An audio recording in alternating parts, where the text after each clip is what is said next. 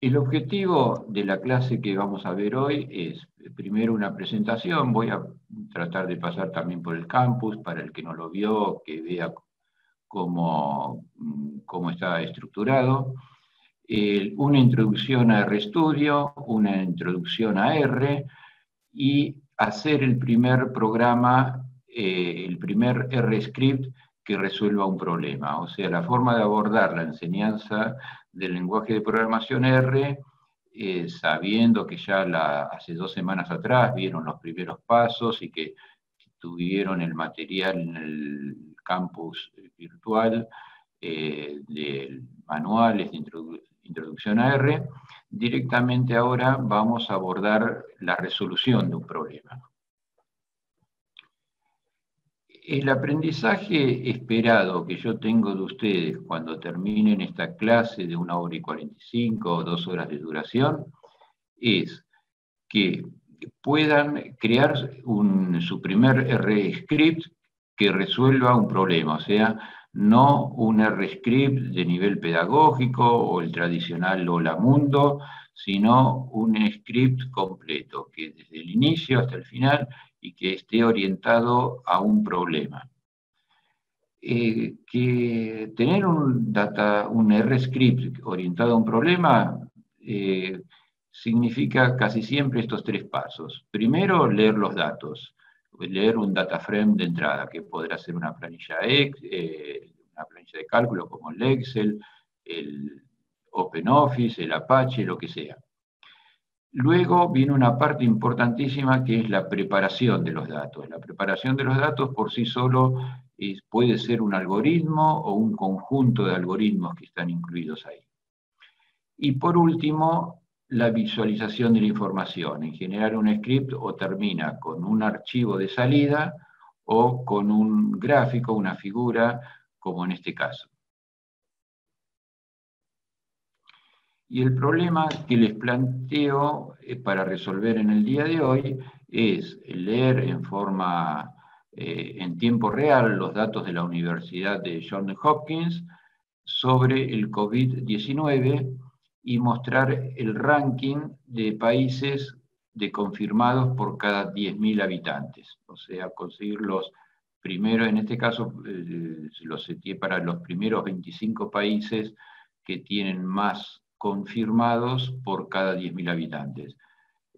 Confirmados se les dice a los que se les hizo un test y ese test dio positivo. Bueno, ahora podemos pasar al RStudio. Antes me gustaría pasar por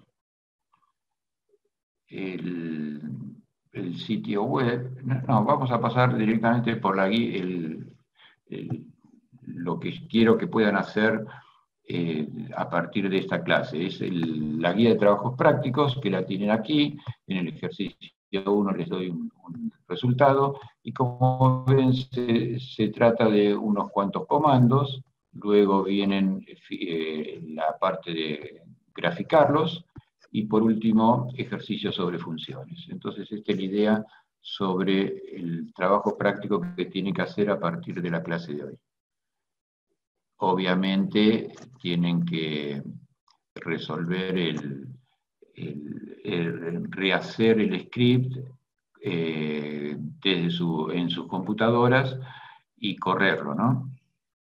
El script lo tienen en el campus. Creo que lo pasé el día martes. En el campus también tienen 2 enlaces importantes. Uno es para bajar el lenguaje R y otro para bajar el RStudio. Tienen un foro. En el foro es para que ustedes en forma colaborativa compartan sus experiencias. Si pudieron instalarlo bien, lo ponen. Si tuvieron un problemita, lo ponen. Si lo pudieron resolver el problema, lo dicen cómo lo pusieron. O sea, es para ayudar en forma colaborativa a que los 80 alumnos que somos aquí puedan instalar bien los 2 programas. O sea, compartan sus experiencias para que si algún alumno tiene algún problema para instalar esos 2 programas, lo pueda resolver a partir de la experiencia de otro compañero. También en el campus tienen el archivo del trabajo práctico, que es la guía de ejercicios que les mostré recién, y tienen un archivo de la población mundial, es un .csv, que lo vamos a usar en el script. Ustedes lo necesitan para poderlo ejecutar. Este script va a leer dos archivos, uno en tiempo real de la Universidad de Hopkins y otro es el que les pasé y les puse en el campus virtual. Bueno, creo que sobre el campus no me olvidé de nada y les hice una descripción bastante detallada. Bueno, entonces vamos a ir al RStudio. Yo lo tengo abierto y lo tengo acá. A ver, tengan en cuenta, ya que está, lo tengo abierto y lo abrí a partir de acá.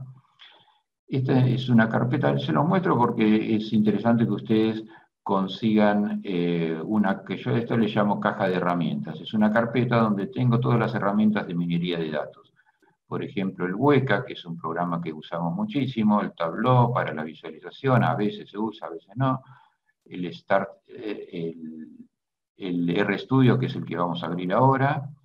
Esto es captura de pantalla para base de datos PAGEC, para base de datos de grafos.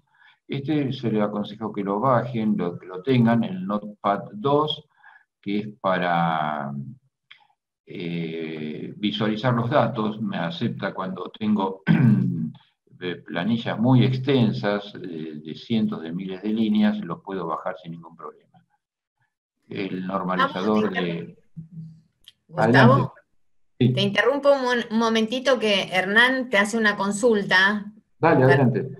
Para tenerlo bien claro, si los ejercicios práctica R son para practicar o es una entrega que deben hacer.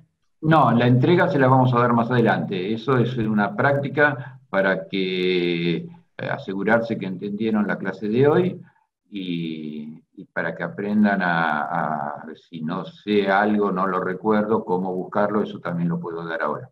¿Bien? ¿Quedó respondido? Sí, ¿Está gracias, bien? muchas gracias. Vale.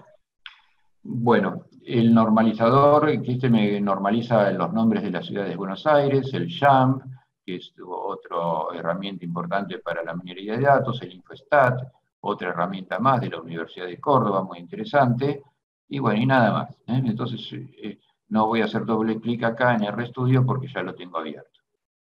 Esto lo voy a cerrar, y abriendo el RStudio estoy acá. Aquí tengan en cuenta que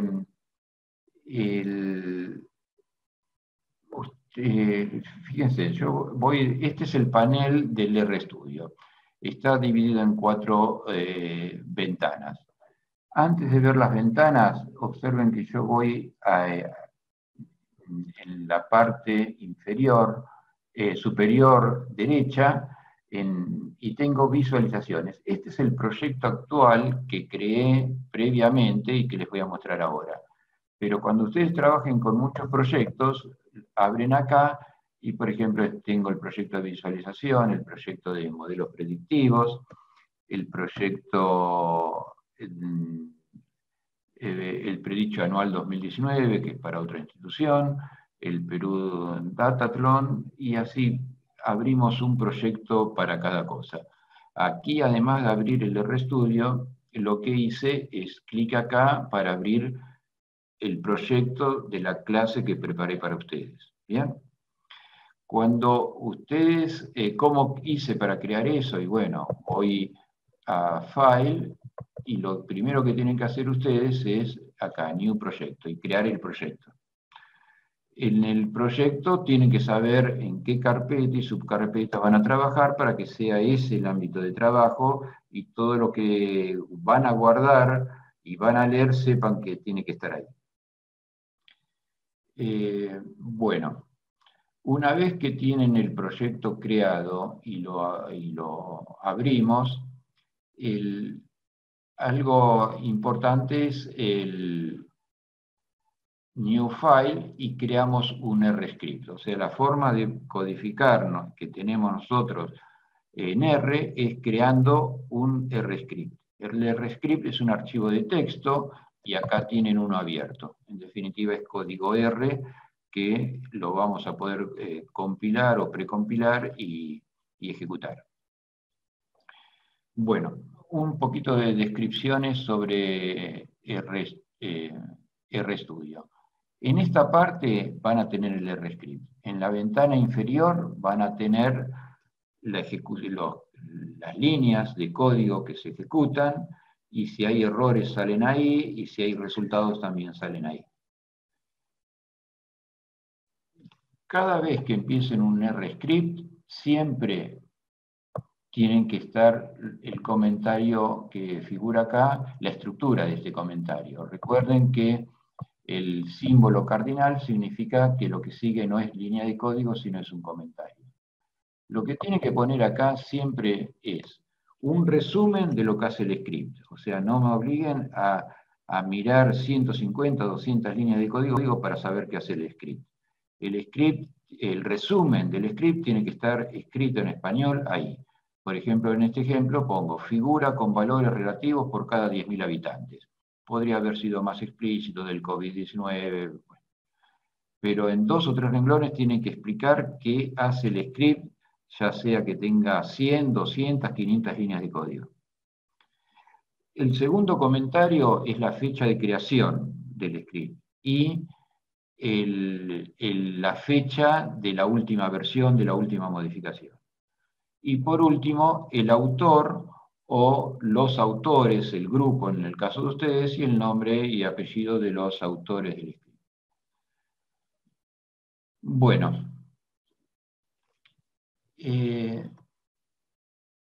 vamos a ver un poquito más del panel que vemos acá del RStudio. Por ejemplo, tenemos, bueno, este icono ustedes saben que es para grabar. Tengo este combo box que es importante. Si lo tildo como está acá, observen lo que sucede.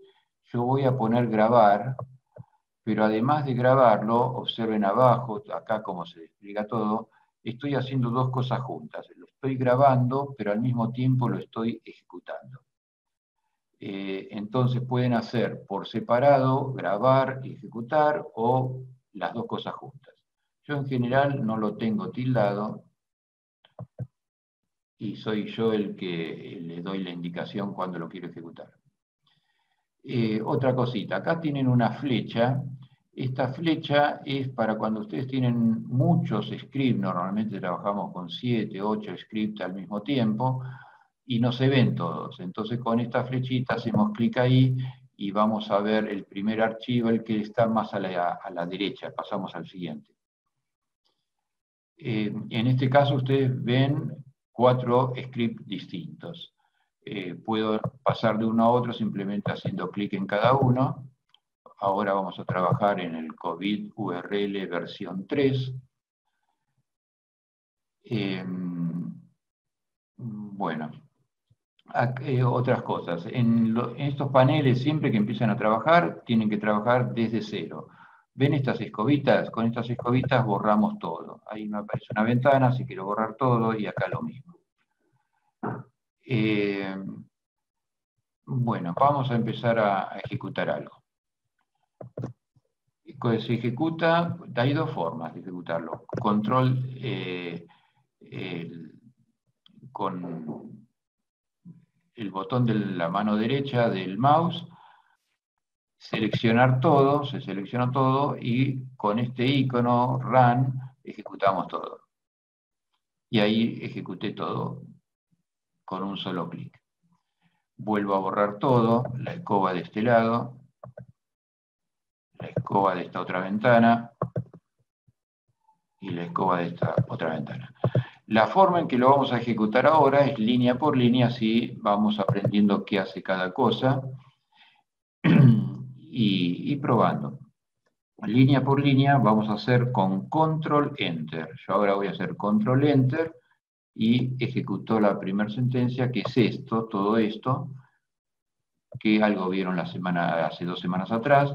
Estoy creando una función y que recibe un solo parámetro, y que la voy a poder invocar con este nombre. Esta función es fácil de entender, me está preguntando si están todos los packages en esta sarta de nombres que me va a aparecer acá. Si están todos, me va a aparecer true. Si no están todos, me va a aparecer cat, es un print. Me va a aparecer un cartel que va a decir esto: instalar los siguientes paquetes antes de ejecutar el presente script.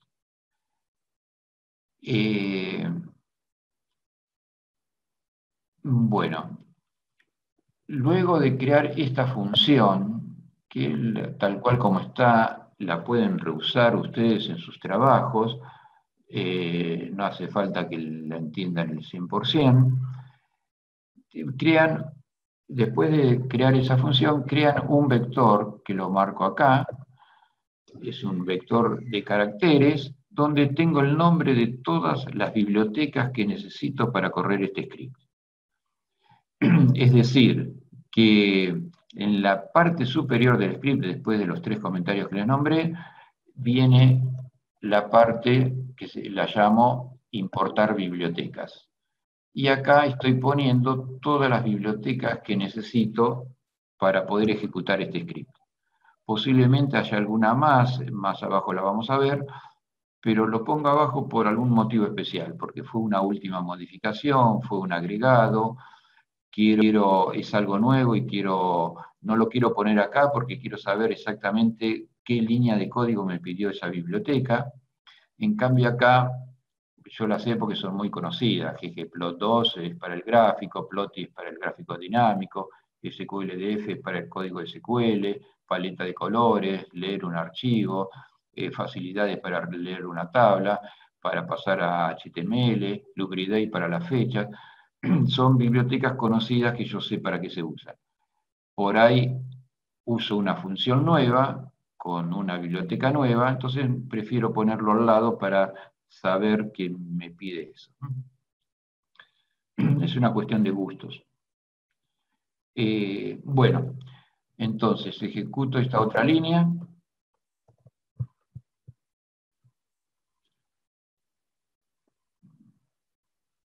Voy a...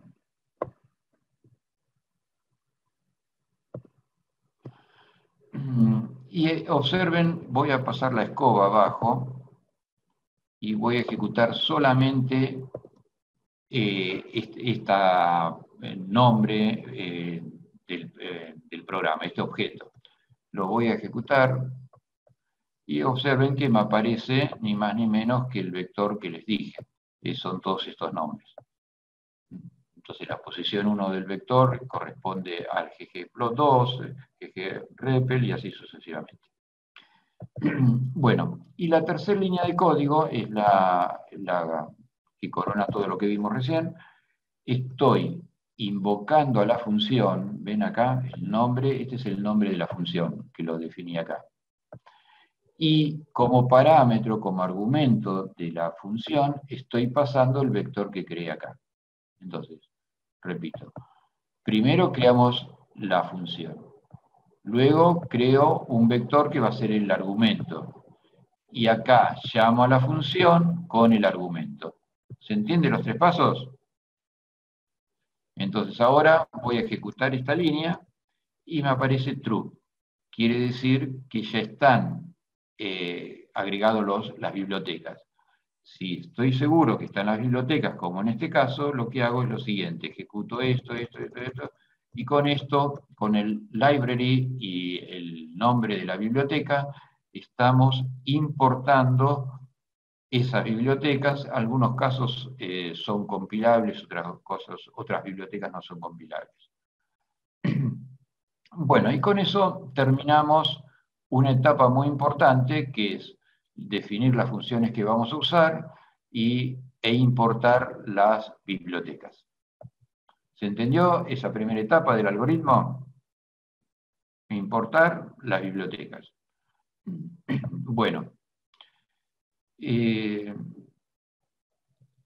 si falta alguno que a ustedes les va a pasar, bueno, eso, miren, van acá a Tools, instalar paquetes, y acá ponen el nombre del paquete que les falta. ¿Bien? le dan install, se tienen que asegurar que esté hecho acá, que muchas veces una biblioteca necesita una sarta de bibliotecas adicionales.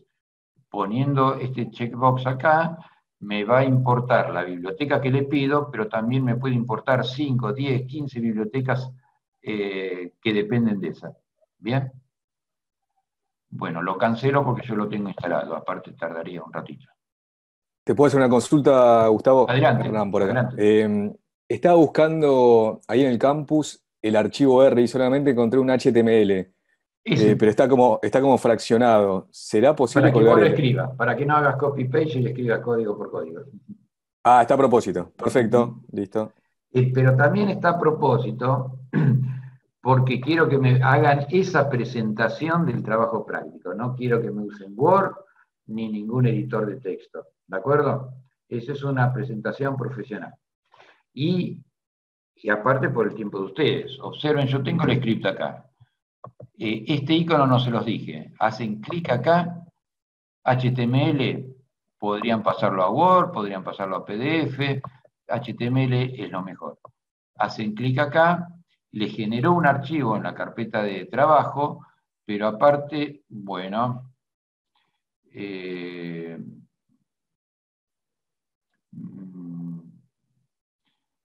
cuando llegue a esta línea de código me voy a acordar y voy a corregir esto. Esto es porque falta una biblioteca. ¿Bien? Bien. Bueno, hacen de esa forma como te dije y generan el archivo tal cual como yo se lo puse en el campus. ¿Bien? Después lo vamos a hacer. Bueno. Estábamos un poquito más abajo. Algo que no les hice notar, a medida que vamos ejecutando línea por línea, acá en el me van apareciendo los objetos que acabamos de crear. Acá ya me apareció la función y me apareció el vector. Acá dice vector de 1 a 10, bla, bla. Está claro que a medida que ejecuto línea por línea me están apareciendo acá los objetos, ¿lo ven eso, no? Empiezo de cero.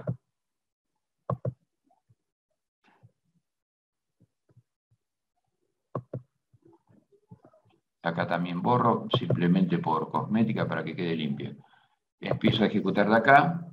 Observen que ahí ejecuté la función, me apareció la función de este lado. ¿Bien? Ejecuto la creación del vector, me aparece. Ejecuto la función, bueno, acá me aparece, no se crea nada, pero me aparece un mensaje en la consola. Bueno, vuelvo a ejecutar estas librerías rápidamente y listo, ya ahí terminé. Paso a la segunda etapa, leer los datos. Acá voy a agrandar esto, así se ve un poquito mejor. URL igual, esto se lo pueden pensar como el signo igual, a este string que tengo acá. Este string, como observan ustedes, en realidad es una dirección de URL. Es para conectarme en tiempo real con la URL de la Universidad de Johns Hopkins.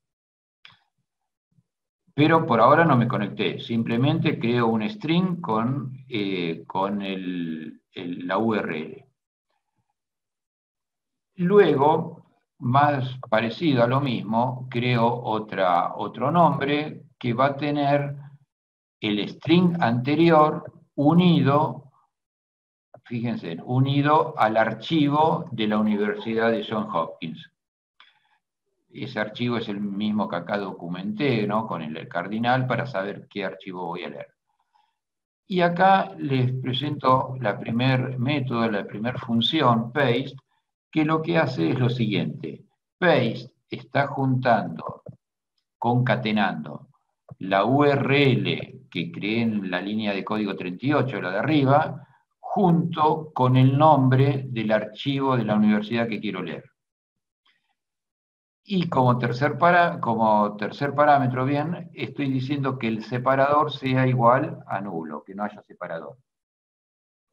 Entonces, vean lo que voy a hacer. Voy a pasar la escoba abajo, voy a ejecutar URL y me aparece el string que les dije. ¿Lo ven acá? acabo de crear. Lo podría hacer en una sola línea, las dos primeras, sí. Queda siempre más prolijo y más reusable, ¿no? Porque la URL puede cambiar, el nombre del archivo puede cambiar, pero esta estructura siempre va a ser la misma. Bueno, luego, creo que esta la había ejecutado, vamos a ver, URL archivo. No, metí error, no quiere decir que no la había ejecutado. Entonces la ejecuto ahora la línea. Listo. Y ahora sí la vemos. Entonces observen que me apareció lo mismo de antes, sumado al archivo CSV. ¿Bien? Concatené dos strings ahí. ¿Se entiende eso? Y la tercera línea corona las dos anteriores. Lo que estoy haciendo acá es read CSV, estoy leyendo en tiempo real el archivo desde el servidor de la Universidad Johns Hopkins. Lo ejecuto. A veces estos archivos son pesados y tardan, pero estos son chiquitos. Bueno, entonces vamos a ver qué leí. Lo llamo Gustavo, perdón, de esta... Sí. una consulta, porque en otras clases también vimos read CSV 2. ¿Podrás repetir Bueno. cuál es la diferencia entre uno y otro? Sí, en general, si lees algo del mundo parlante inglés, es como lo tenés acá. Si lees algo español, es CSV2. ¿Bien? ¿Cuál es la diferencia? Que es esta. ¿Ves separador, que es igual a la coma decimal? Nosotros en el mundo latinoamericano, la coma la usamos más como separador decimal. Entonces, si ponemos la coma como separador de campos, hacemos un lío terrible. ¿Bien? ¿Se entiende? ¿Quedó? Sí, gracias, muchas gracias. En general, no te hagas problema, no lo tenés por qué saber, es prueba y error. Si pones punto y no funciona, será coma. ¿Bien? Muchas veces es tabulador, eso sería una B. ¿Bien? Puede ser muchos separadores de campos distintos. Normalmente, vuelvo a decir, son punto, coma o tabulador. Más de eso, perdón, punto no, coma, punto y tabulador. ¿Bien? En general, todo lo que es inglés es coma. Bueno, otra característica de acá, ya les dije separador, ¿qué significa? Este es el separador de campo. Header true, ¿qué quiere decir? Que el archivo que estoy leyendo tiene un encabezado, es decir, que la primera línea de código no hay datos, simplemente es el nombre de las columnas. ¿Bien? Podría ser false igual a F, quiere decir que vienen los datos solos. Bueno, y read CSV, que es un archivo de texto. Básicamente es eso, un archivo de texto donde los campos están separados por coma y tiene una primera fila que es el encabezado. Y el argumento principal es este, que como ya les dije, es la concatenación de URL con el nombre del archivo. Bien. ¿Se entendió entonces qué hace esta línea de código? ¿Sí? Bien. Vamos a ver lo que leí. Aquí está. Aquí les doy un detalle. Lo llamo COVID-19-H. Este -H para mí es muy importante porque significa que estoy leyendo algo que está en formato horizontal. H de horizontal. Entonces lo voy a abrir acá.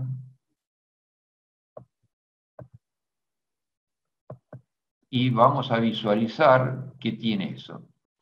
Acá tengo 4 primeras columnas, latitud, longitud, provincia o estado, y este sería el nombre del país.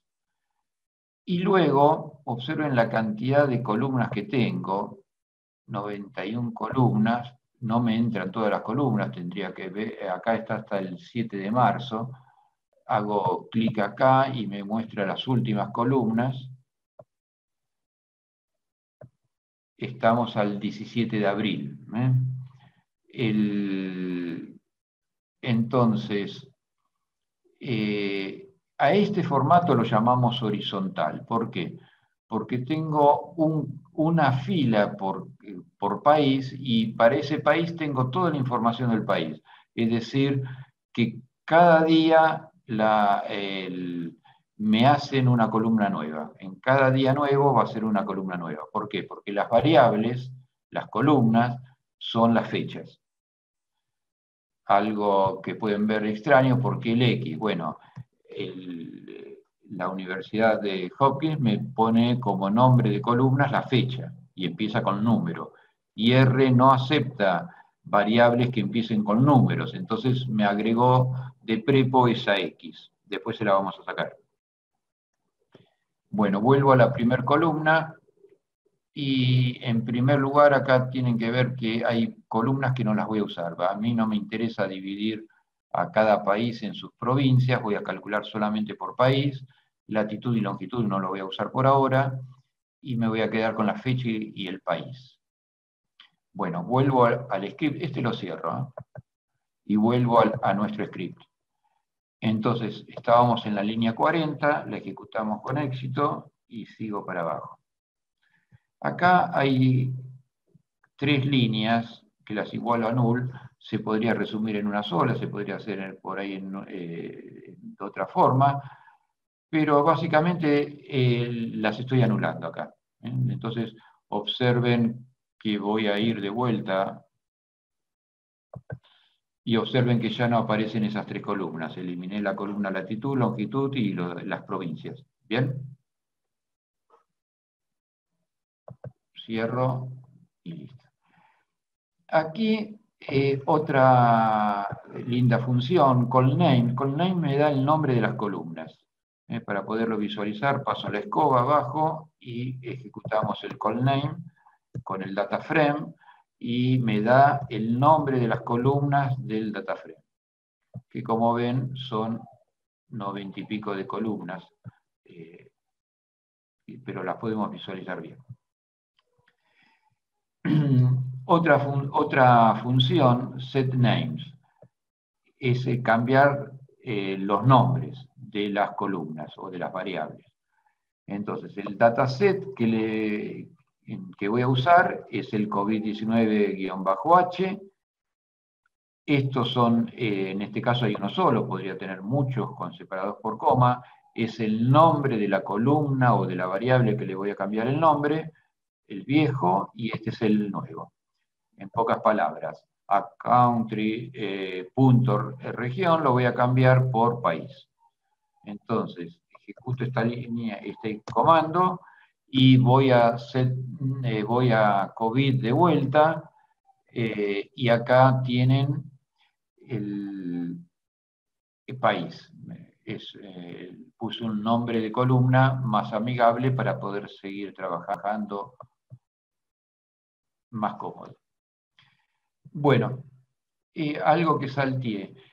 Cuando paso de un segmento de código a otro para documentarlo, lo separo con esta línea de numerales y leo y pongo de qué se trata el segmento. Por ejemplo, acá leímos los datos y acá estábamos en otro segmento que es la preparación de los datos. Ustedes vieron con Andrés hace 2 semanas atrás las partes de un programa y básicamente le dijimos que estaba la entrada, el programa propiamente dicho y la salida. Bueno, dentro del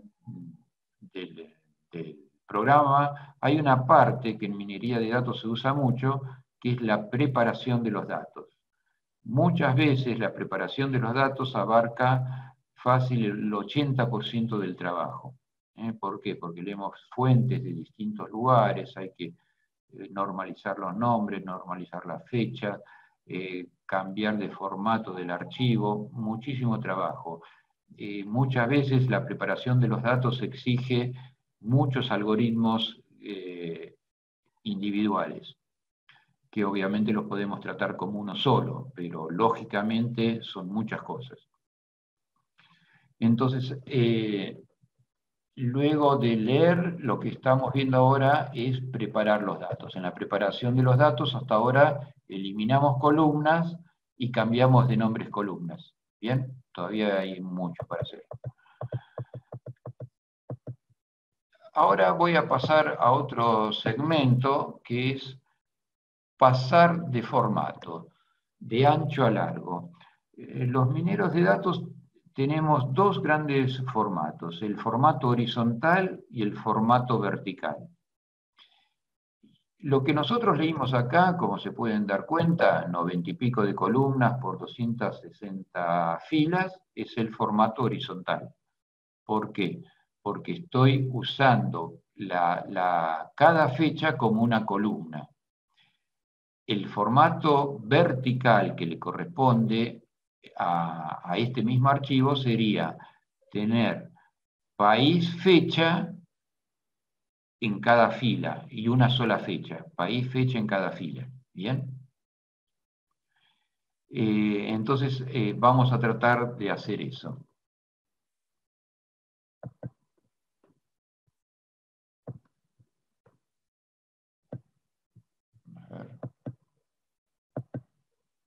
Bien, 88 columnas tengo acá. Bueno, volvemos al script. Entonces, para pasar de esta, yo diría que en realidad son todos comentarios. Esta línea de código es la más importante de todas. Es la más fuerte, la que requeriría más código si lo hacemos con otro lenguaje de programación. Estoy pasando de formato. La función que cambia de formato de horizontal a vertical es getter. Hay otras, por ejemplo, una muy usada es melt, pero la que más se está usando actualmente, la más nueva, es getter. Getter va a tener un nombre de columna nuevo sobre el cual voy a pivotear. Voy a tener los casos y voy a tener acá los casos. Tengan en cuenta que voy a ir a COVID. Por ejemplo, acá tienen un 3. Es 3. Quiere decir que Australia en tal fecha tuvo 3 casos. Tengan en cuenta que Australia aparece muchas veces porque todavía no lo agrupé. Originariamente estaba Australia por cada provincia. Pero los casos ahora, antiguamente en este formato son los datos. Ahora los casos van a ser una variable. ¿Bien? Vuelvo. Entonces, pivoteo sobre este campo nuevo, voy a poner los casos como datos de ese campo, y acá le estoy diciendo que voy a pivotear desde la columna 2 hasta la columna que tenga, hasta el número de columnas que tenga el data frame.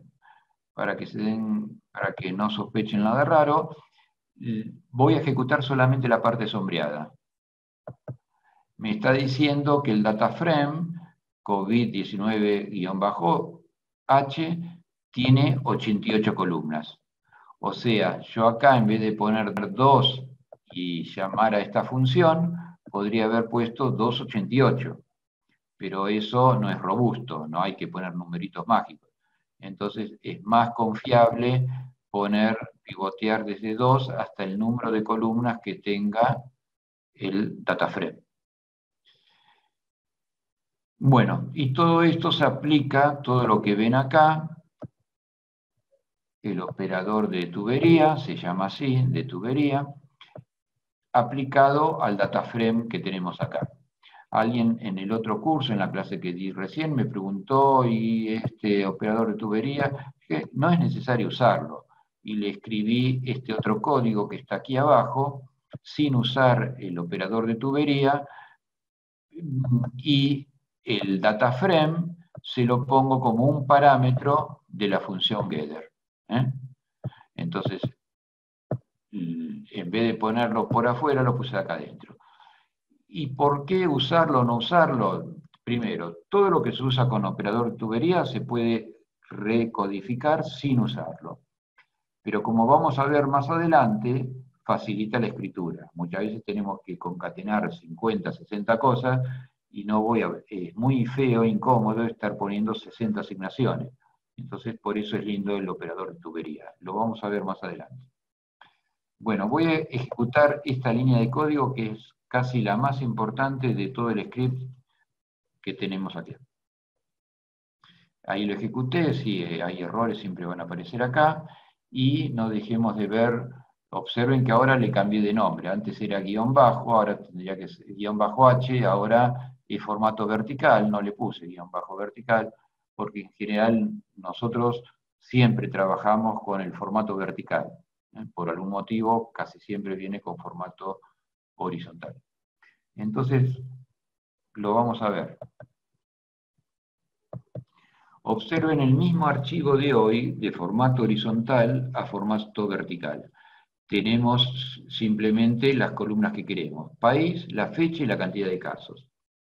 Me voy un poquito. Les hablo ahora del RStudio. Observen que con RStudio yo puedo ordenarlo fácilmente, haciendo clic acá, en forma ascendente y en forma descendente. Lo mismo lo podría ordenar por fecha y vamos a ordenarlo.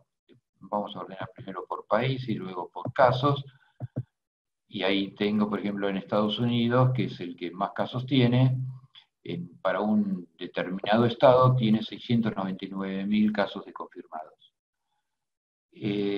Otra característica que pueden ver acá, es dos, básicamente, del RStudio. Se ordena con esto y se filtra con esto. Voy a poner Argentina y ya lo tengo. No hace falta escribir toda la palabra. Entonces, con esto rápidamente obtuve 87 entradas para Argentina y observen que por allá en el mes de enero no teníamos confirmados. En algún momento va a aparecer el primero, después 10, 100, 200, hasta llegar al día 17 que tenemos, de abril, que tenemos 2.669. Bueno. Saco esto, así vemos todo. Y antes de seguir, ¿me quieren hacer alguna pregunta?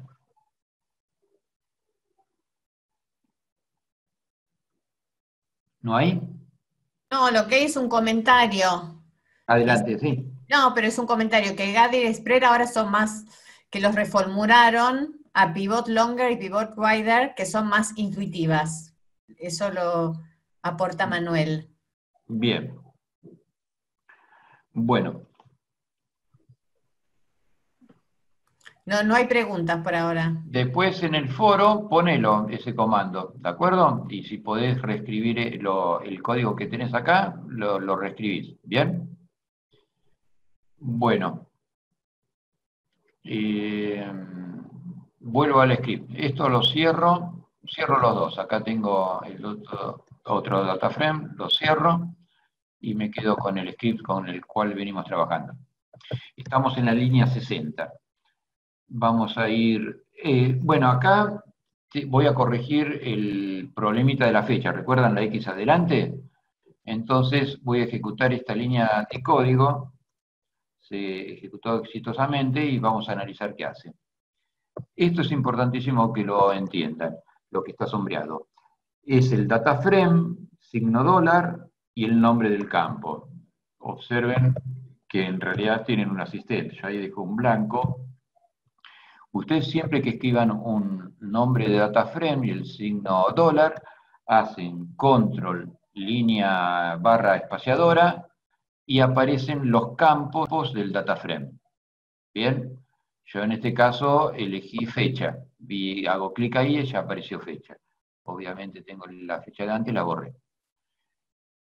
Entonces, ¿entendieron todos qué significa esto? Me estoy refiriendo a la columna fecha del data frame COVID-19. Esa columna la voy a leer como character.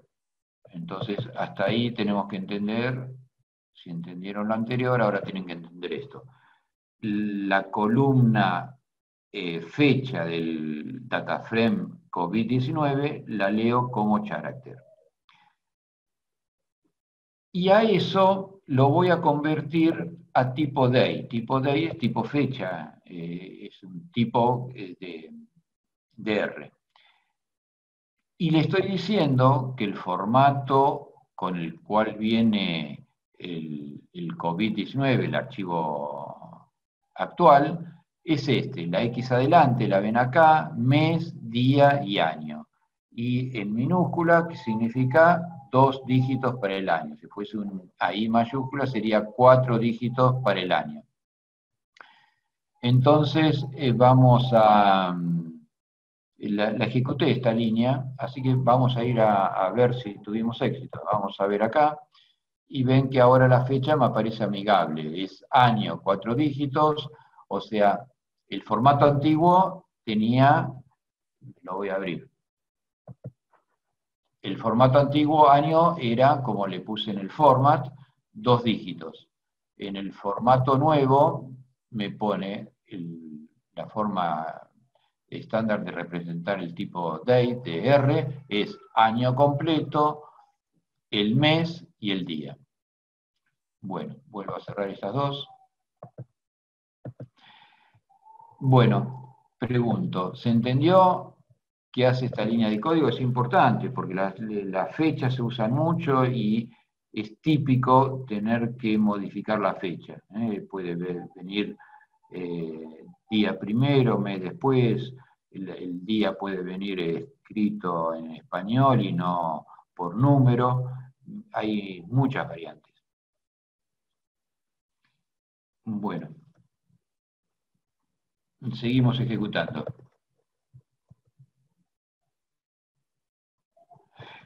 Esta línea de código también es muy importante.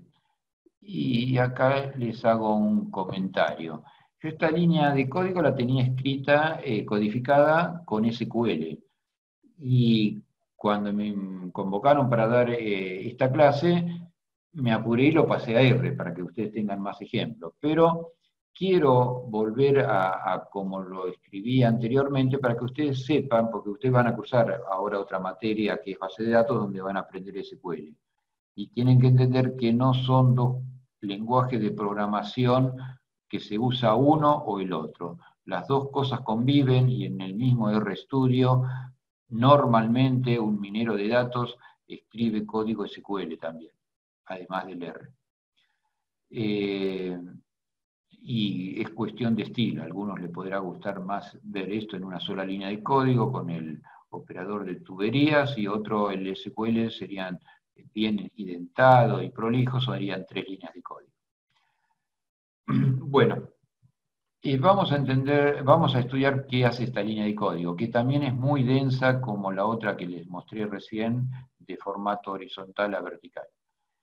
Esta línea de código lo que hace es, yo empezaría por acá, está agrupando el data frame, lo está agrupando por país. O recuerden que originariamente el archivo venía país-región, es decir, que un país figuraba en el data frame muchas veces, en cada fila.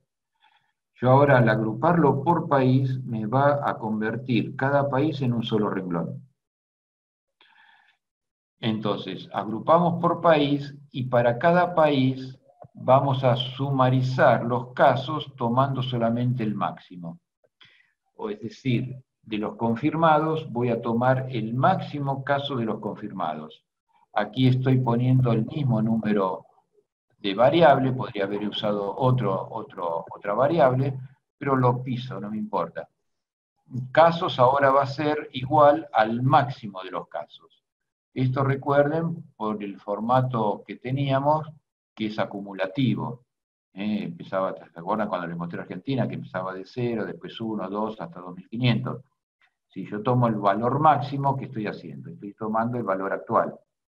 Bien, el último valor es el valor actual. Bueno, y todo esto lo aplicamos al data frame COVID-19. Y acá le cambio de nombre para no pisar. O sea, a partir de ahora voy a tener un nuevo, el tercer data frame, ¿no? Primero teníamos el horizontal, luego el vertical y ahora casos por país. Bueno, voy a ejecutar, casos por país ya lo tengo ejecutado, así que ya está. Vamos a mirarlo. Lo tengo acá, ejecuto esto y tenemos país y casos.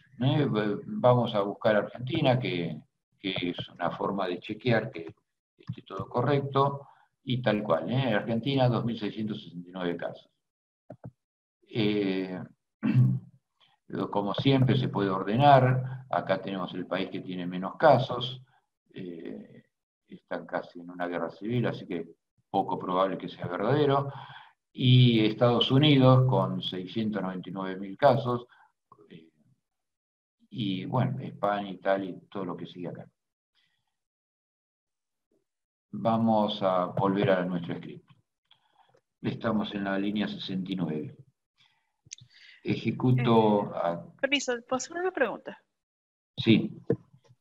En este esquema del Group By, si fuéramos a hacer, no sé, por país y por fecha, por ejemplo. ¿Qué puede ser? ¿Cómo quedaría? Y agrupas por país y fecha, que para cada país fecha te da una cantidad de confirmados. Simplemente dentro del argumento de la función le paso país, ¿cómo coma, lo fecha. la sintaxis? Pones siempre coma, fecha. Okay. ¿De acuerdo? Gracias. Y así podés poner la cantidad de atributos que vos quieras. Igual que acá. Aquí estoy usando la función máximo. A veces por agrupamiento querés el promedio, querés el mínimo. ¿De acuerdo? Bueno. Estábamos acá. Acá viene una etapa interesante del algoritmo que la van a terminar de entender por ahí más abajo, pero todo esto es porque lo vamos a mezclar con otro archivo que es el que tienen en el campus, que es el de la población mundial. Y resulta que el nombre de los países que manda la Universidad de Hopkins tiene un estándar y el nombre de los países que estamos usando nosotros de la población mundial tiene otro estándar. Entonces, como los voy a unir por nombre de país, necesito que tengan exactamente el mismo nombre. ¿Bien? Como necesito que tengan los dos archivos, los dos dataframes, el mismo nombre, tengo toda esta sarta de líneas de código que es para transformar un nombre en otro nombre. Entonces, ¿cómo me doy cuenta que un archivo a un país lo llaman de una forma y al otro? Bueno, porque lo ejecuto, compruebo que no tienen el mismo nombre, y entonces voy al archivo, voy a esta línea de código y le agrego una, es decir, algo así. En el mes de febrero, cuando empecé a ejecutar este script, por ahí tenía la primera línea o la segunda línea de código. A medida que se fueron agregando más países a la lista de Hopkins, a la lista de los confirmados, tuve que ir modificando más y más según venga. No todos, de 250 o 270 países que hay, tuve que modificar estos 10 o 20. Y algunos lo modifiqué porque no estamos acostumbrados a leerlo. Observen cómo se llama Ciudad del Vaticano, Holy See, y muy poca gente conoce este nombre como Ciudad del Vaticano. También este sería otro. Ustedes nombran a una persona que es Côte d'Ivoire y muy poca gente sabe que es Costa de Marfil. Entonces era importante en esta etapa tener los nombres de países normalizados en un dataframe y en el otro dataframe. ¿Bien? Entonces, ¿cómo hice esto? Acá hay dos funciones. Las dos funciones son muy importantes. La primera función es string replace. String replace lo pueden usar separadamente. Lo que hace es, sobre este dataframe, va a reemplazar cada vez que, sobre esta columna, repito, este método lo que hace, sobre esta columna, sobre esta variable que es país, cada vez que encuentra este nombre, lo va a transformar en este otro nombre. ¿Se entiende? Observen cómo Hopkins lo llama use y yo le pongo el nombre más estandarizado de Estados Unidos. y así con cada uno. En realidad trato de que coincidan con el nombre de la población mundial de mi archivo. Por ejemplo, acá, cuando ven esto, no se asusten, es porque hay en el nombre del país, observen que no es un estándar lo que está usando Hopkins, en el nombre del país me está poniendo un paréntesis, eso no existe seguro. Entonces, yo para que me acepte la función string replace, cuando hay un carácter extraño, como el asterisco o el paréntesis, o la coma, en un nombre de un país no hay coma. Le tengo que poner barra barra. Bien, esta barra barra es porque en ese nombre no estandarizado ponen un carácter extraño. Bueno. Disculpe, Gustavo, ¿le puedo hacer una consulta? Por supuesto, dale. Sí, me perdí, por ahí lo dijo, para escribir ese código, ¿de dónde yo obtendría, se hace algún distinto, algo así del país? Lo vas a ver más abajo. Es una prueba y error. Lo ejecuto, hago un código específico, que lo vas a ver más abajo, que me tira los países que no coinciden en el nombre. Entonces ahí voy y agrego el código acá. ¿Cómo sé yo que en la base Corea se llama Corea South, Congo? Muy bien. De un data frame sé cómo se llama porque ese código que vamos a ver me tira cuál es el nombre que no coincidió. Entonces voy a mi archivo, que es el que les puse en el campus, son 280 nombres, no hay mucho, y con una búsqueda pequeña, que en general pongo 3 letras cualesquiera del nombre, y va a salir. ¿Bien? Y lo modifico, ese lo modifico, si hace falta, lo puedo modificar en el CCB. En realidad no hice eso, salvo algún caso raro, como por ejemplo Hoyle C. En general lo modificamos en el archivo que me pasa Hopkins, que es el que tiene más no normalizado los nombres. ¿Bien? Ok, gracias. Me lo podés volver a preguntar cuando lleguemos a esa parte donde yo descubro cuáles son los nombres raros que no se cruzaron. ¿Bien? Ok, gracias. Les digo que es todo un problemita lo que estamos hablando. Los países tienen muchos nombres, aunque parezca raro. ¿Por qué? Porque tienen el nombre originario del país, el nombre por ahí que lo llaman en el país patria, que fue el que fue, cuando eran colonias, por ejemplo, las colonias francesas, ex colonias francesas, ex colonias portuguesas, pueden tener un nombre en Portugal y otro nombre que le dieron sus habitantes, pueden tener un nombre en inglés. En general, podríamos decir que hay 20 nombres distintos para cada país, el original y después en cada una de las lenguas más habladas. Y ni hablemos cuando por problemas políticos la revolución del momento del país le cambia el nombre al país, y ahí tenemos otro, ¿cómo pasa acá? Ustedes aquí lo están viendo, República Democrática del Congo. Observen cómo lo llamamos nosotros, bueno, está en inglés acá, pero es Kinshasa, el verdadero nombre sería este. Bueno, acá hay dos cosas que lo deben haber visto, son los cruceros. Ustedes saben que hubo muchos casos de confirmados en cruceros de ultramar, uno por el Caribe, otro por el Japón. Bueno, eso los tengo que identificar. Al principio, será una colonia de ultramar de Reino Unido. Y bueno, googleando eso, llegué a que eran los cruceros.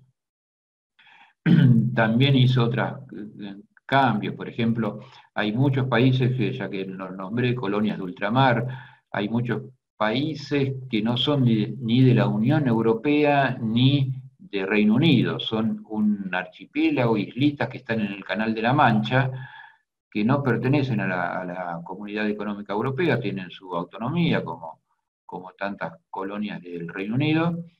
Y bueno, yo lo que hice, los metí todos como Reino Unido y listo. No vamos a hacer una diferencia por unas islitas de ahí. Bueno. Bueno, entonces, string replace, ya saben, es para cambiar el nombre, un string por otro string. String es un vector de caracteres. Y la otra función, mutate. Mutate se usa mucho, es para cambiar columnas de un data frame. Acá estoy cambiando datos de un atributo. En cambio, con mutate ya estoy cambiando datos de columnas de un data frame. ¿De cuál data frame? Del que tengo acá. En el caso particular lo llamo igual que país, podría haber puesto otro. Entonces ahora la columna país no va a ser la columna país que tenía antes, va a ser igual al resultado de todo esto, que fue cambiar un string por otro. Son dos cosas en una que hay ahí. Bueno, lo voy a ejecutar y ya está ejecutado. Sigo abajo. Leo el archivo CSV que les puse en el campus. Observen que aquí hay un pad y un pad chiquitito y el nombre del archivo es exactamente el mismo que ustedes tienen. No se asusten por todo este código. Cuando ustedes leen un archivo que tienen en su computador, lo que tienen que hacer es ir a File, Import Dat, o sea, observen que pueden leer algo de Excel, algo de SPSS, SAS, y en particular para leer este archivo que es un CSV, usamos From Text. Y acá lo que hacen es con el browse, van a ir a donde está el archivo, yo lo tengo por aquí.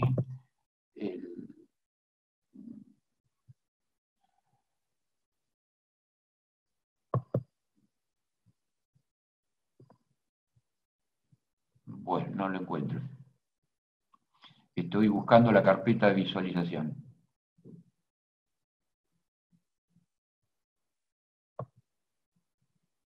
¿Lo ven?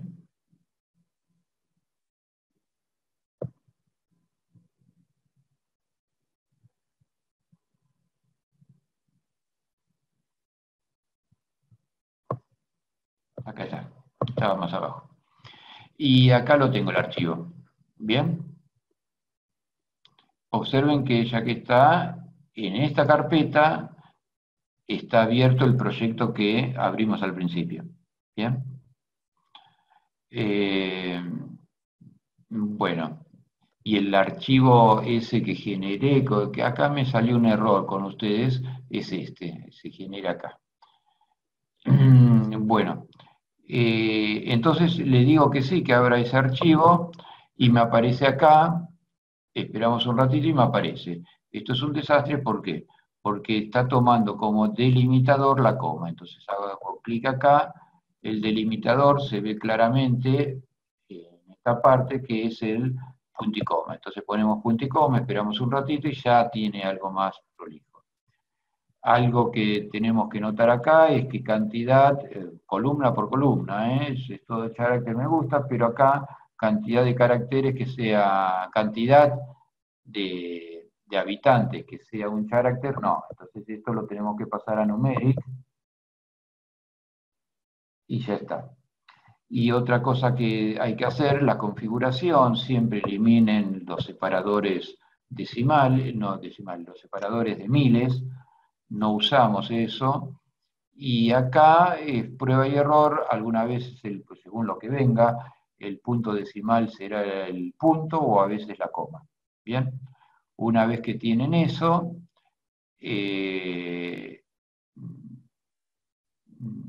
lo configuramos y listo.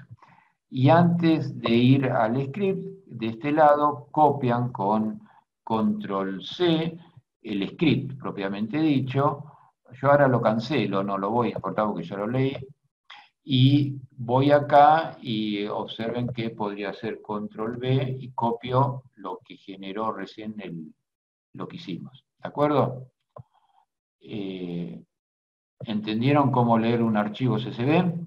Si no les doy yo el script, lo importa. Bueno, borro esto que puse acá. Observen que acá me pone el nombre del archivo, es un nombre muy incómodo para trabajar en un script. Yo a esto lo resumí. Bueno, lo llamé habitantes acá. Bueno, seguimos. Acá vienen dos funciones que son lindas también. Call names.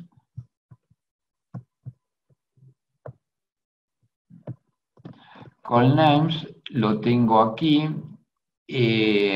Lo paso la escoba y lo hago de vuelta. Call names. Call names es una función que me devuelve los nombres de las columnas. Los nombres de las columnas en este momento del archivo que acabo de leer es este. Normalmente uno lee algo y es habitual ver el encabezado que hay ahí adentro.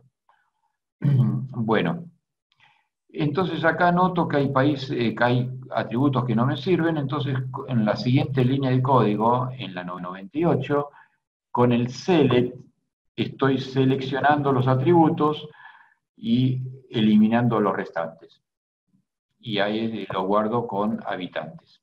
No los elimino, en este caso sí, los elimino porque uso el mismo nombre de este lado que el mismo nombre de este lado. Si acá pongo cualquier otro nombre, no me los elimina los atributos, las columnas.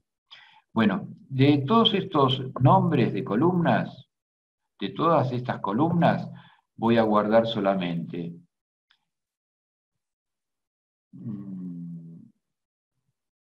habitantes, del dataframe habitantes voy a guardar 3 columnas. País, lo tengo escrito ahí abajo, código, está escrito abajo, y cantidad. Entonces, de este dataframe voy a seleccionar solamente estos 3 atributos que los tengo, que por ese motivo, primero hice un call names, para saber cuáles son los atributos que me interesen con los que me voy a quedar.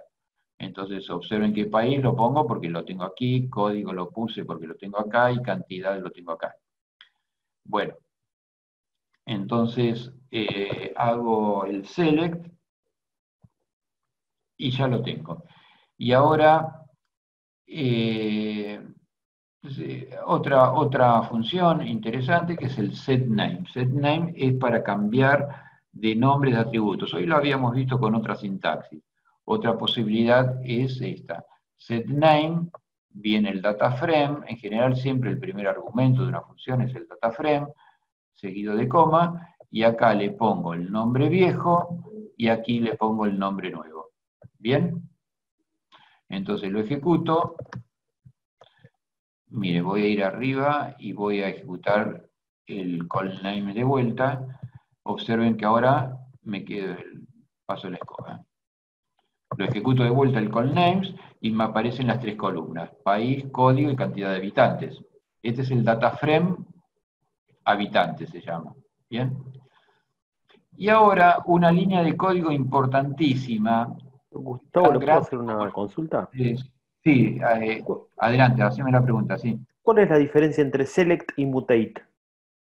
Y muchísimas, yo diría que no tiene nada que ver. Select está seleccionando columnas. No, perdón. Set names y mutate. Set name te sirve para cambiar el nombre de las columnas. ¿Y mutate no había hecho lo mismo? Y mutate puede ser, como por ahí puedo crear algo, tiene varias variantes. Podés no solamente cambiar el nombre, sino podés hacer un cálculo matemático, cambiar una variable por otra variable con un cálculo, ¿de acuerdo? Sacar una tasa. Podés hacer... Ok, pero en el caso que lo usó usted de arriba es similar, ¿no? En el caso, y no, porque lo tomé, lo estoy igualando al string replace, o sea, ya ahí estábamos cambiando la columna.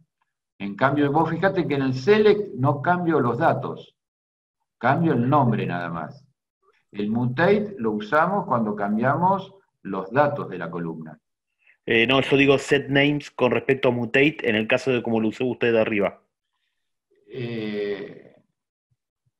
Pero yo acá no tengo forma de asignar país igual a tanto. En cambio yo acá lo estoy haciendo, porque estoy poniendo mutate país igual a algo. Esta sintaxis no la tengo igual a algo. Claro, ahí estoy cambiando el dato del nombre del país, no el nombre de la columna. Acá queda con el mismo nombre. Podría haber usado otro nombre también. Pero date cuenta que acá estoy cambiando los datos que están adentro de la tabla. ¿Bien? En cambio, en el select no estoy cambiando los datos de la tabla. Estoy cambiando el nombre, nada más del encabezado. Perdón, el set name, sí, estoy cambiando en el set name me dijiste, ¿no? Set name, sí, set name. Sí. En el set name no estoy cambiando los datos, estoy cambiando el encabezado, el nombre de la variable. ¿Quedó más o menos? Sí, perfecto, está bien, correcto.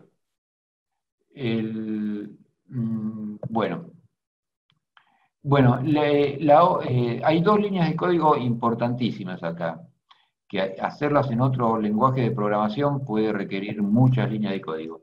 El cambiar de formato horizontal a vertical, que ya lo vimos, y el merge. El merge es otra función que la podemos ver mucho. Yo con el merge estoy juntando un data frame, habitantes en este caso, con otro data frame que son casos por país.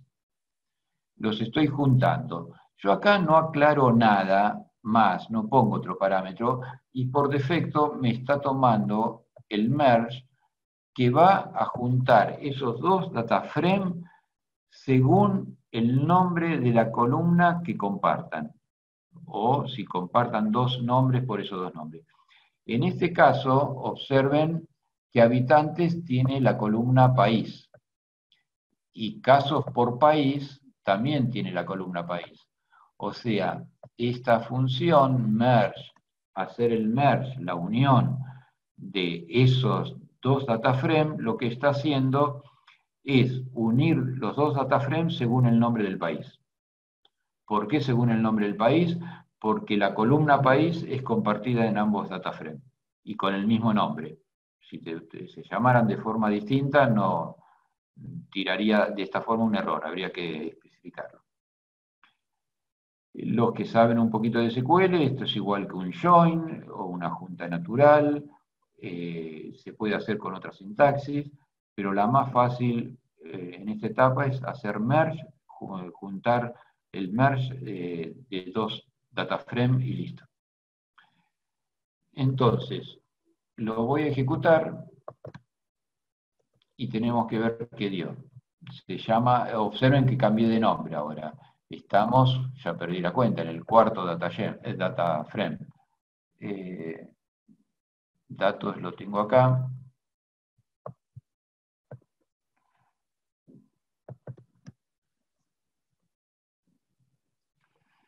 Y bueno, acá son las, ven cómo uní las dos tablas, me aparece el país, que era la misma columna en los dos archivos, en el archivo de población y en el archivo de Hopkins. Esta columna, cantidad de habitantes, que estaba en el archivo de población, y los casos, que estaban en el archivo de Hopkins. ¿Se dan cuenta cómo uní los dos archivos? ¿Lo ven? Bueno. Vuelvo. Haciendo esta unión es la que te das cuenta cuáles son los que están mal, porque te salen los null o los que no se unen. Todavía no. Acá podría sospechar algo, pero en realidad no sé. El que no se unió no aparece ahí. Me podría dar cuenta si me aparecieron yo acá, datos, lo veo acá, lo voy a agrandar para que lo vean, datos, lo tengo acá. Me dice que hay 183 filas. Si me aparece menos o mucho menos, yo puedo sospechar que algún país desapareció. Bien. ¿Te hago una consulta? Adelante, sí. En una de los dos data frames está duplicado, por ejemplo, algún país.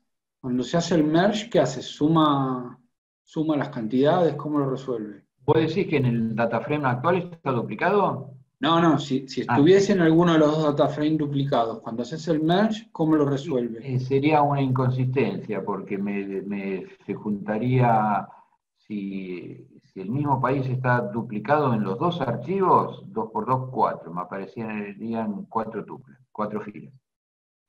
Si en uno está, en un archivo hay uno solo y en el otro 2, me aparecerían 2 filas. Ok. Habría que detectar esos casos si hay. Bueno. O sea, permiso. En uno Esto de los vendría siendo como archivos... un union en SQL, ¿verdad? ¿Cómo? Esto vendría siendo como usar el join union en SQL. El merge es lo mismo, sí. De hecho, acá está la sintaxis en R, podés usar join, left join, right join. Con merge también es lo mismo. Te puedo hacer con el merge, te puedo hacer un left join, outer join, ¿de acuerdo?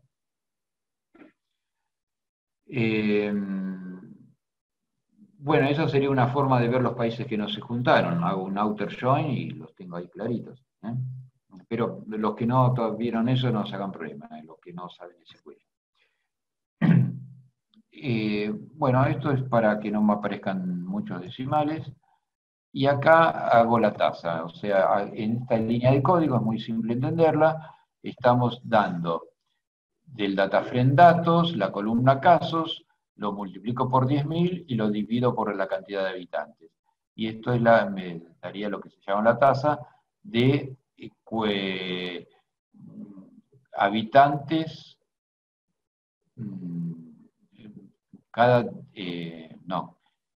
los datos cada 10.000 habitantes. Lo vamos a ejecutar y lo vamos a ejecutar doblemente. Lo ejecuto acá. Y ahí son los datos. Me aparece cuántos casos hay cada 10.000 habitantes. ¿Bien? Lo ven los datos que aparecen acá, en algunos 128, 40, 0,01 y demás. De hecho, lo podríamos ver en datos. Voy a ir aquí, abro el dataframe, y ya lo que hice en esa línea de código es esta columna. La columna ya la puedo ordenar. Este Yemen sería el que menos casos tiene, y si lo ordeno de distinta forma, me dice que el que tiene más casos por cada 10.000 habitantes es San Marino, Ciudad del Vaticano, Andorra, Luxemburgo, Islandia, España, Suiza. ¿Bien? Bueno, de hecho, vamos a ver cómo andamos nosotros. Vamos a ordenarlo por país.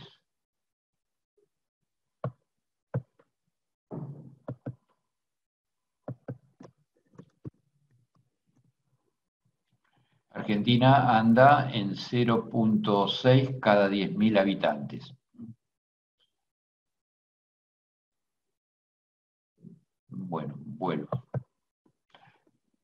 En el ranking debemos estar en la posición 95 aproximadamente. Bueno, vuelvo al script.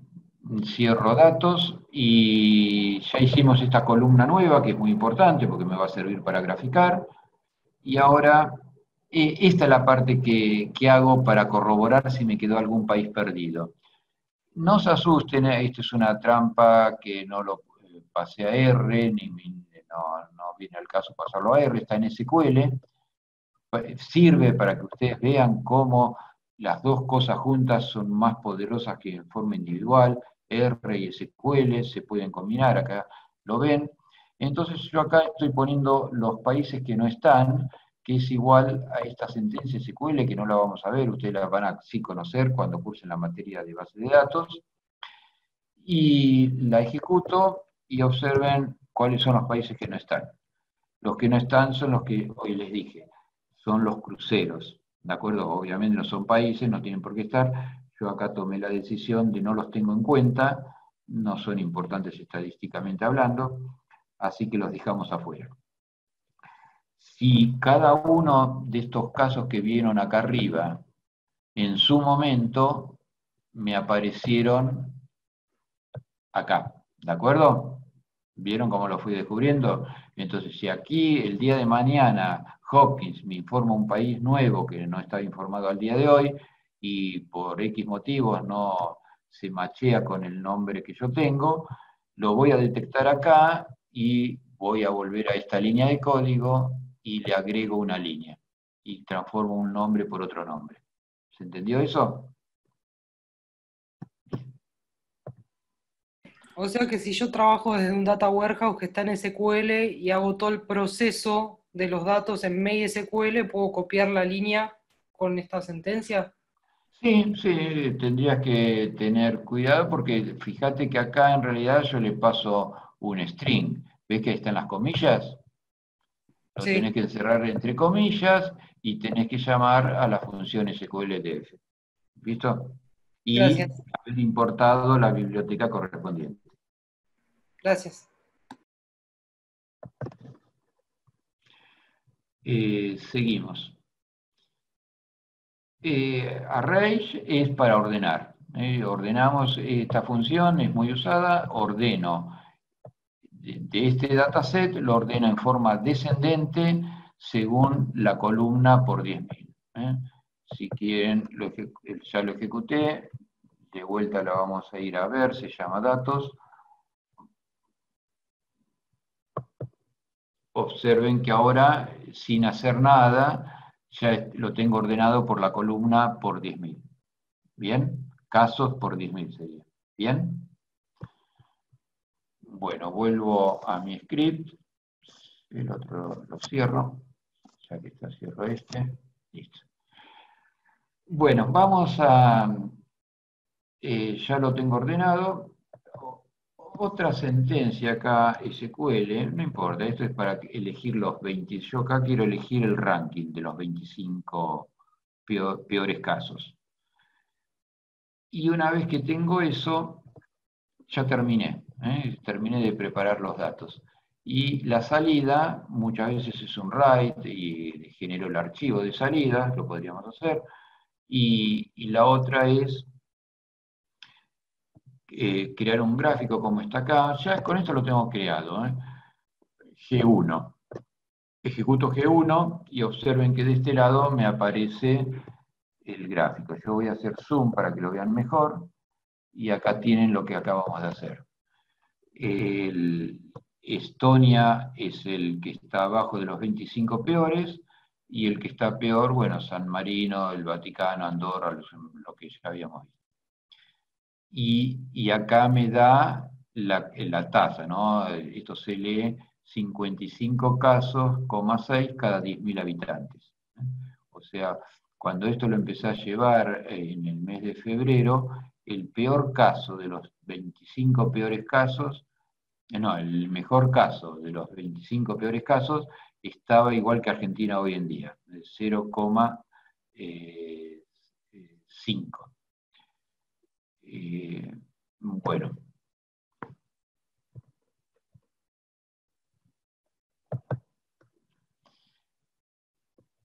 Voy a explicar un poquito qué es esto.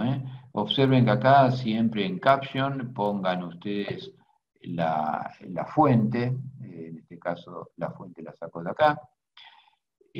Bueno, pero voy a ejecutar esto. Observen que G1, y acá también lo llamo G1, este G1 se lo paso como argumento a esta función. ggplotty es muy importante porque, observen, yo ejecuto esto y transformé el gráfico que vieron recién, que básicamente era una figura, lo transformé en una figura dinámica, es decir, donde ustedes pasando el dedo o el mouse les explota información. Por ejemplo, yo me pongo en cualquiera de estos globos y me dice los casos. Y así podríamos explotar otra información si quiero ponerle la cantidad de habitantes, por ejemplo, y lo que sea.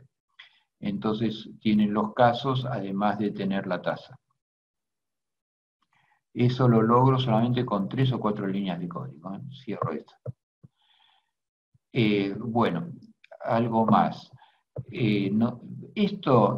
Todo esto que ven acá es muy fácil y siempre, como la primera función que vimos arriba de todo para importar todas las bibliotecas, ustedes pueden tener patrones o template y un dibujo siempre más o menos es lo mismo.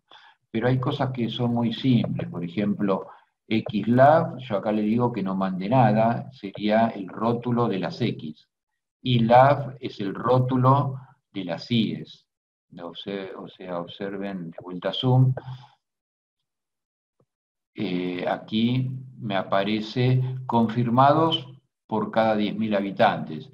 Este rótulo me aparece gracias a esta línea de código. ¿De acuerdo? En las X no me aparece rótulo porque justamente por esta línea de código les digo que no me ponga nada. Entonces ya vimos dos acá. Sepan que se concatena con el símbolo más. O sea, se hace por capas. De una capa le agrego otra y así sucesivamente. El título es el título de la figura. O sea, observen que son todas cosas de cosmética, no hacen a nada sustancial. Es cosmética que es importante, ¿no? Porque la estética, cómo presentamos los datos. Geom Point, le estoy diciendo el tamaño de la burbuja y el color.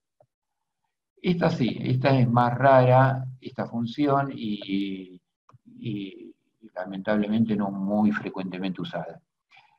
Con esto hago el flip, es decir, roto el gráfico. Si no pongo esto en la figura, en vez de aparecer los países, aquí me aparecerían los países en las X, y sería un lío leer esto. Acá lo leo bien, en orden, derecho. En cambio acá tendría que torcer la cabeza para leer esta sarta de países acá y quedaría muy feo.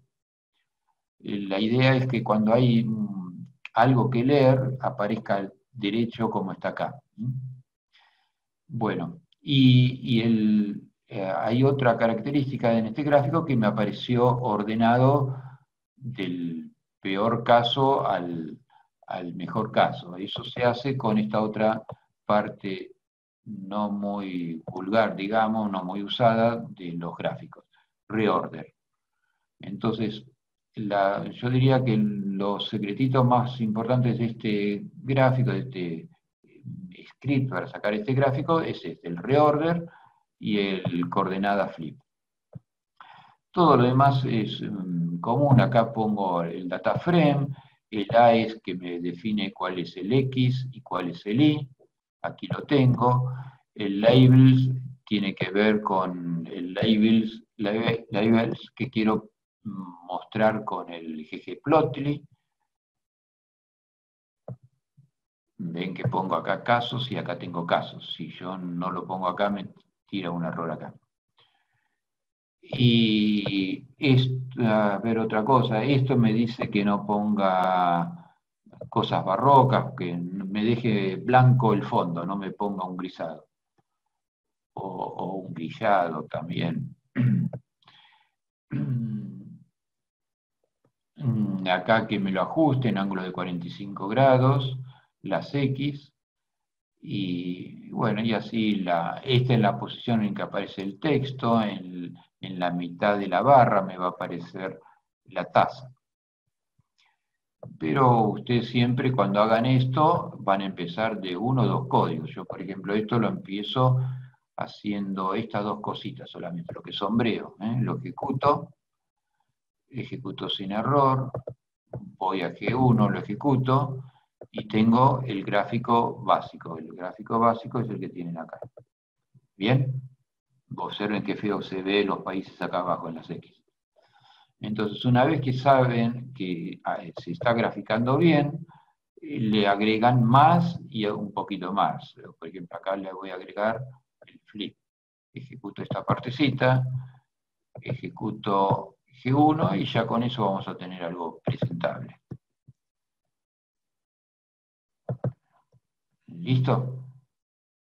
Y así seguimos. Yo ahora quiero agregarle la burbuja y todo lo que ustedes ya vieron. Entonces le agrego esta parte, lo ejecuto. Y así, en general, este código siempre se hace por capas, despacitos, puliendo los errores para no avanzar con muchos errores juntos, y así sucesivamente. ¿Se entiende? Me falta todavía poner los rótulos y varias cosas más, ¿eh? Bueno, quiero ver cómo andamos de hora.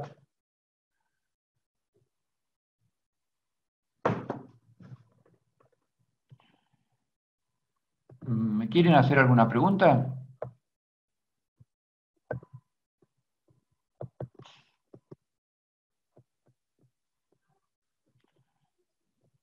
Yo tengo una pregunta.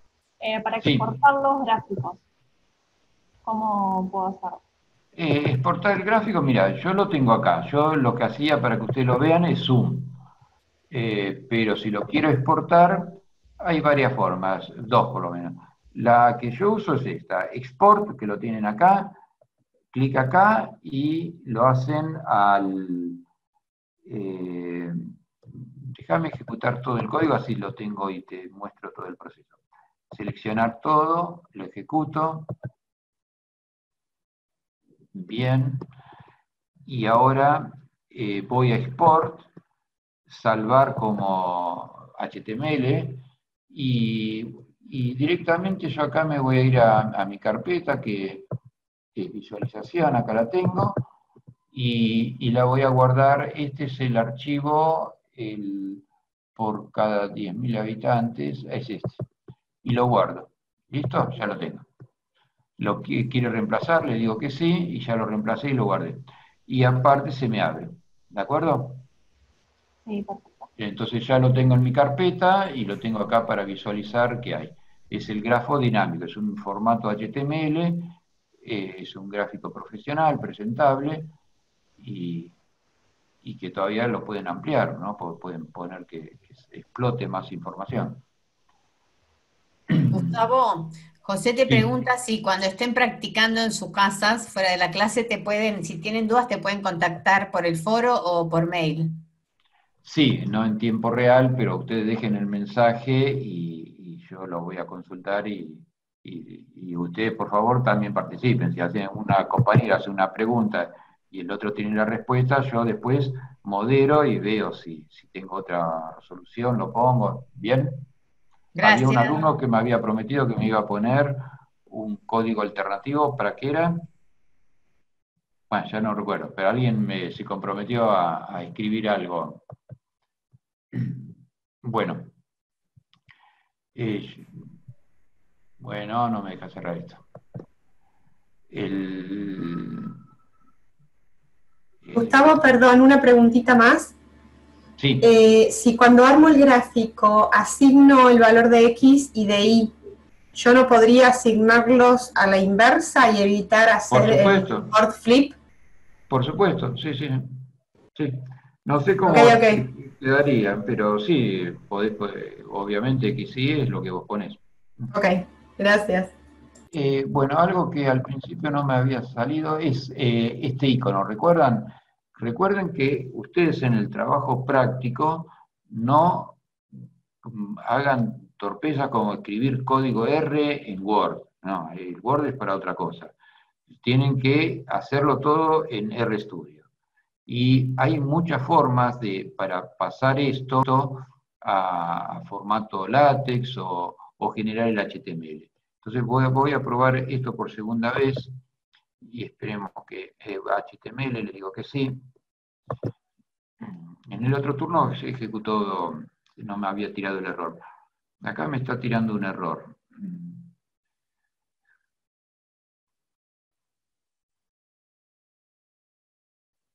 Y es en la función getter, ¿eh?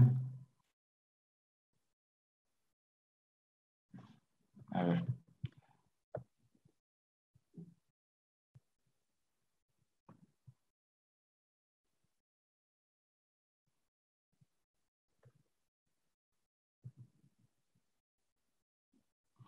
Bueno, me va a llevar su tiempo encontrarlo y no tiene mucho sentido. Acá está. Sí, parece que está comentada ahí la librería. Sí, es eso. Es eso.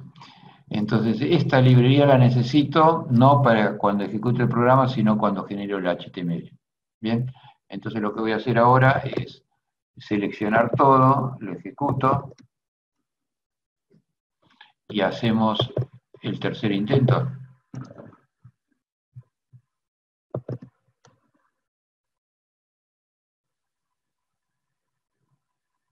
Bien, parece que va bien. Ahí me generó el archivo en mi carpeta de trabajo y esto que es lo que yo les puse en el campus. ¿Bien? Entonces, la presentación formal profesional que le estamos pidiendo es de este tipo. Ustedes, obviamente, para que quede más lindo, hagan más comentarios. Si hay un enunciado, escriben el enunciado y la salida de esta forma. ¿De acuerdo? Entonces, incluso más, el trabajo que tienen que hacer, lo tengo abierto, sí, es este. Lo pueden ir con un data frame cualquiera, lo van ejecutando y van poniendo la salida. Y todo en el data frame genera el HTML y ya está. Y ya que estamos acá, observen lo que tienen que hacer, es bastante fácil. Les doy comandos o líneas de código y ustedes tienen que saber qué hacer. Ncol me devuelve la columna, el número de columnas, número de tuplas, las 7 primeras filas, los nombres de las columnas, los datos estadísticos del data frame, los datos estadísticos de la columna del data frame, y así sucesivamente. Los últimos son los más complejos, que es el subset no lo vimos, lo van a averiguar ustedes. El merge, el getter, el agrupamiento, el ordenamiento, o sea, estos al último van a encontrar los más difíciles.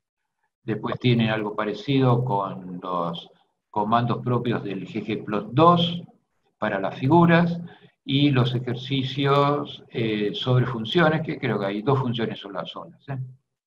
En general, si ustedes no conocen algo, si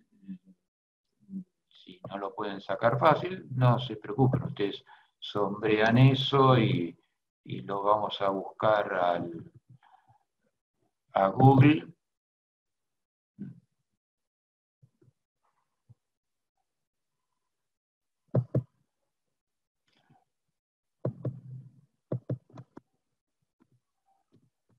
No, primero pongan siempre R. Ojo que mi buscador está ultra preparado para darme las cosas que yo siempre pido, ¿no? Pero... Una consulta, Gustavo. Sí. Al final, ¿esto que usted mencionó del ejercicio era de práctica para nosotros o hay que entregarlo? No, todavía no, lo tienen que saber hacer y sobre eso seguramente va a versar el trabajo final. Pero el trabajo se lo vamos a dar más adelante. Esto es como para ir nosotros a ir investigando. Sí. Bueno, entonces yo ahí busqué Ncol y observen que en una búsqueda fácil, sin necesidad de entrar a ningún link, yo acá leo, por ejemplo, Ncol, función que retorna el número de columnas de una matriz y bla, bla, bla. Entonces ya tengo qué hacer. Entonces, si ustedes tienen problemitas o cuando hacen el script del trabajo final o de la guía de ejercicios, lo googlean y enseguida van a sacar. Otra fuente de conocimiento, además de googlear directamente R, es buscar en sitios muy conocidos. Hay uno RBlogger, por ejemplo, RPub también, y hay otras formas, a ver si lo tengo abierto. Lo voy a abrir. Voy a abrir mi correo para que vean cómo...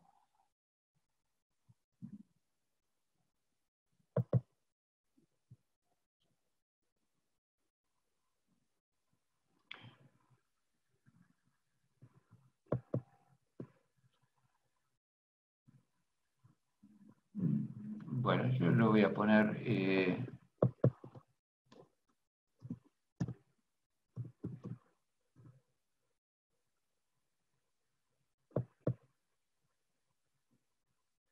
O sea, observen todos los mails que recibo de los grupos de R a los cuales estoy asociado. Prácticamente es uno por día si junto todos los grupos. Entonces, una forma de crecer es siempre, todos los días, media hora antes de ponerse a trabajar, leen lo que hay acá, o sea, observen que hay algunos que no están abiertos, pero otros sí. Entonces, abren cuando ven, por ejemplo, yo voy a entrar a uno a ver si encuentro...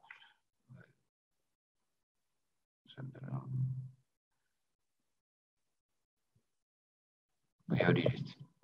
Abren acá y siempre mandan unos 7, 8 artículos que a su vez, si hacen clic ahí, van al vínculo inicial. Pero, por ejemplo, el primero lo tengo acá y acá pueden ir leyendo en las distintas...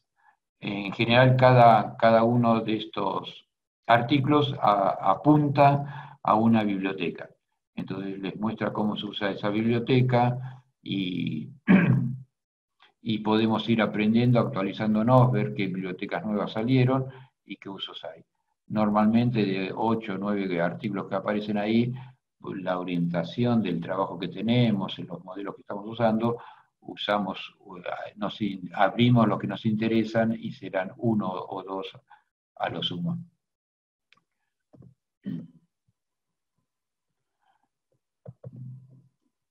Entonces tiene la forma de googlear, la forma de ir a las comunidades de R y sacar información de ahí, y así que básicamente tienes esas dos formas. ¿Alguna otra pregunta?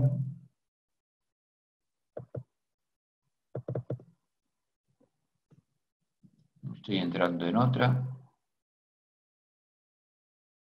Este es RBloggers, y ustedes aquí siempre van a poder ir leer los artículos. Por ejemplo, este es lindo. Este es, creo que es de Lubridate. Voy a entrar, si no es Lubridate, no. Sí, es este.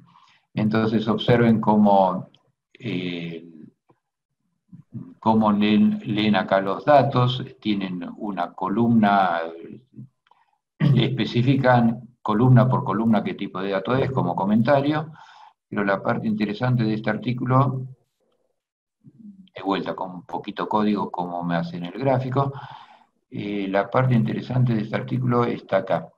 Les están enseñando cómo usar Lubridate y cómo transformar los días, y por ejemplo acá está la función. Están buscando el día de la semana sobre esta columna, la fecha de lectura, y me buscan el día de la semana y lo guardo en una nueva variable. Y todo eso con mutate. Entonces, cómo transforman los datos leídos y cómo se trabaja con el campo fecha. Transformarlo, se puede buscar el último día hábil del mes, el día lunes, martes, viernes, el día en el idioma que sea de la semana, y así sucesivamente. Bueno, nada más. Si no tienen alguna pregunta para hacerme. En el chat no hay preguntas.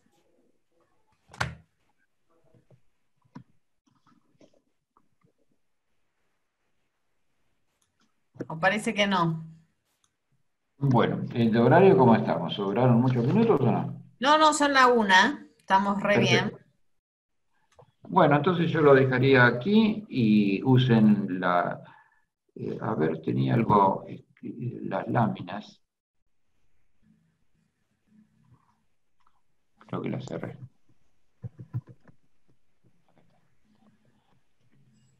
Vamos a ver si quedó algo. No, es las preguntas y resolver los ejercicios de la práctica, que ya lo vimos, básicamente es eso. Bueno, entonces nada más. Si no hay preguntas, nos vemos la semana que viene.